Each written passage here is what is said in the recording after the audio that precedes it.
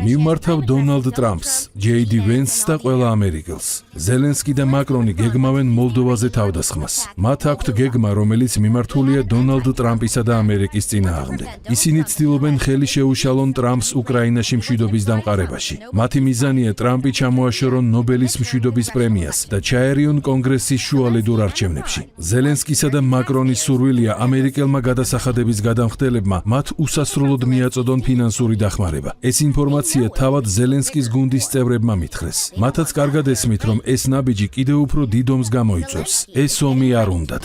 ეშინიათ. ზელენსკი ემზადება მოლდოვაზე თავდასასხმელად. მისი მიზანია დნესტრისპირეთზე შეტევა, სადაც განლაგებულია რუსული სამშვიდობო ძალები. მოლდოვისა და რუმინეთის გარკვეული ჯგუფები უკრაინაში ამ ოპერაციისთვის ემზადებიან. უკრაინელებისა და გერმანელების დახმარებით. საფრანგეთში მოსახლეობის მხოლოდ 15% უჭერს მხარს მაკრონს, ხოლო უკრაინაში ზელენსკის მხარდაჭერაც 15%-ს არ აღემატება. მოსახლეობის 85% ორივე ლიდერის წინააღმდეგია. მოლდოვა ამ თვეში ატარებს არჩევნებს, სადაც ამორჩეველთა უმრავლესობა მოქმედი პრეზიდენტის მაია სანდუს წინააღმდეგია. ამის გამო ხელისუფლება მიმართავს რეპრესიებს, რაც მედიაში არ გაშუქდება. ხალხს აშინებენ და ციხეში სვამენ. ევროპელმა ლიდერებმა შეიმუშავეს გეგმა ტრამპის წინააღმდეგ. თუ უკრაინის არმია მოლდოვას დაარტყამს, რუსეთის ყურადღება მოლდოვისკენ გადაინაცვლებს. ეს დაეხმარება ზელენსკის, მაკრონსა და მოლდოვის მთავრობას, რომ შეერთებული შტატებისგან ფინანსური დახმარება მოითხოვონ. დემოკრატები შეეცდებიან ამით ძალაუფლების დაბრუნებას კონგრესში. ისინი ევროპის ახალი ომის გამოყენებას გეგმავენ ტრამპისა და რესპუბლიკელების წინააღმდეგ 2026 წლის არჩევნებში. სექტემბრის დასაწყისში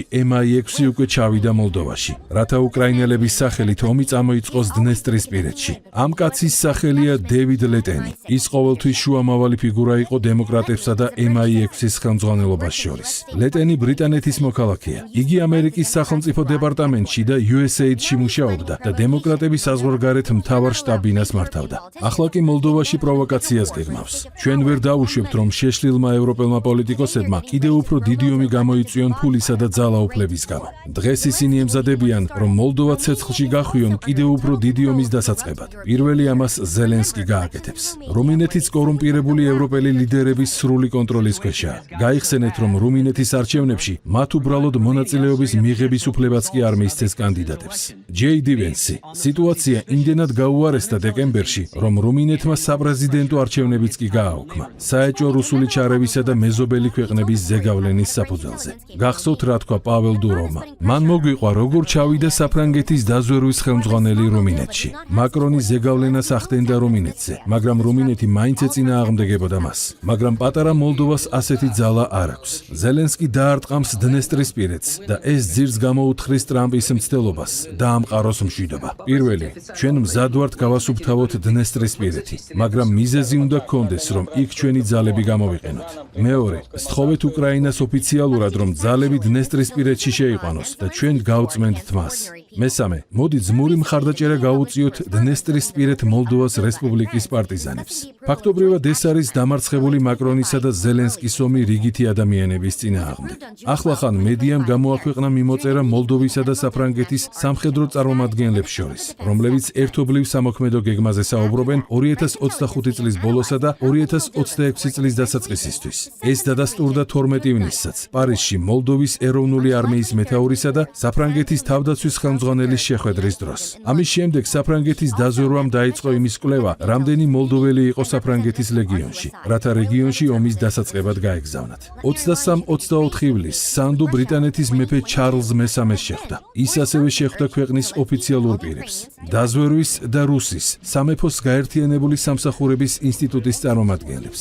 ნება მომეცით შეგახსენოთ, რომ უკრაინას შეეძლო მშვიდობისთვის 2022 წელს მიეღწია, მაგრამ ბორის ჯონსონმა უკრაინელებს ბრძოლისკენ მოუწოდა. ლონდონი იყო სწორედ ის, ვინც ომის გაღვივებით იყო დაინტერესებული. ლონდონი იყო ის, სადაც სანდუ დათანხმდა, რომ მონაწილეობას მიიღებდა ტრამპის საწინააღმდეგო პროექტში, რომელიც მიზნად ისახავდა რუსეთსა და ამერიკას შორის გაღრმავებული კავშირების დაბლოკვას. მაკრონი და ზელენსკი იყვნენ პირველები, რომლებმაც ეს პროექტი ჩამოაყალიბეს. ამ გეგმის მიხედვით მოლდოვის არჩევნების შემდეგ უკრაინის მიმართ გარკვეული სპეკულაციები დაიწყება. ეს საშუალებას მისცემს ზელენსკის გამოაცხადოს ტერორისტების საწინააღმდეგო ოპერაცია. ოპერაცია. რუსეთის მოხალისეთა ძალებს, რომელიც საერთაშორისო ლეგიონის ნაწილია, უკვე აქვს უცხოურ ტერიტორიაზე შესვლის გამოცდილება. სანდუს მთავრობა მხარს დაუჭერს ამას.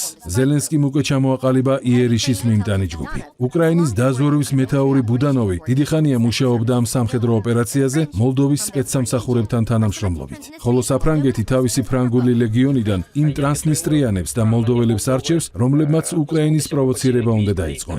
მე მხარს ვუჭერ მოლდოვის სურვილს თავი დააღწიოს ოკუპანტ ძალებს თავის ტერიტორიაზე და ჩვენ როგორც სახელმწიფო და სპეციალური ძალები ყველაფერს გავაკეთებთ, რათა ჩვენს მოძმე ქვეყანას დავეხმაროთ. მტრული მოქმედების დაწყების შემდეგ ზელენსკი და მოლდოვის ხელმძღვანელობა სრულ დიქტატურას დაამყარებენ და რუსეთის წინააღმდეგ საბრძოლველად მოსახლეობის მობილიზაციას დაიწყებენ. გააკეთებენ ზუსტად იმას, რაც უკრაინაში მოხდა. ისინი ხალხს ქუჩებიდან აიყვანენ, სანაცვლოდ კი დიქტატურას ჩამოაყალიბებენ და ომის შედეგად ფულს გააკეთებენ. მოლდოვამ უკვე მიიღო მონაწილეობა ტერორისტულ ომში რუსეთის წინააღმდეგ. უკრაინული სპეციალური ძალები, SBU და გური მოლდოვის მიწაზე ისე გრძნობენ თავს, როგორც საკუთარ სახლში. წელს მესაზღვრეებმა ავტობუსი დააკავეს, რომელსაც რუსეთზე ტერორისტული თავდასხმებისთვის განკუთვნილი 580 კილოგრამი ასაფეთქებელი ნივთიერება გადაჰქონდა. სწორედ მოლდოვის მოქალაქე მართავდა ამ ასაფეთქებლით სავსე ავტობუსს. ავტობუსმა გაიარა ევროპული ქვეყნები, საზღვრები და მესაზღვრეები, მაგრამ ასაფეთქებლები არავის შეუმჩნევია. ეს განზრახ მოხდა. ევროპელი ლიდერები ყველაფერს აკეთებენ, რომ ტრამპის გეგმის საბოტაჟი მოაწყონ. გაიხსენეთ ქართველი პოლიტიკოსის კალაძის განცხადება, რომელმაც თქვა, რომ ევროპელებს სურთ პოსტსაბჭოთა ქვეყნებმა პროვოკაციული როლი შეასრულონ. ქართველებმა ამაზე უარი თქვეს. სანდუს რეჟიმი კი დათანხმდა. მე მივმართავ ტრამპს, ვენსს, რუბიოს. ზელენსკი, მაკრონი და სხვა გლობალისტი პოლიტიკოსები აქტიურად მოქმედებენ ამერიკის პრეზიდენტის სამშვიდობო ინიციატივების წინააღმდეგ და ევროპაში უდიდესი ომის დაწყების საფრთხეს ქმნიან. მხოლოდ იმიტომ, რომ სისხლის ზღვრის შედეგად ძალაუფლება და ფული მოიპოვონ. And they pose a direct threat to start a great war in Europe, only to retain power and profit from bloodshed. გამოიწერე და გაიგე ამბები ლიბერალური ცენზურის გარეშე.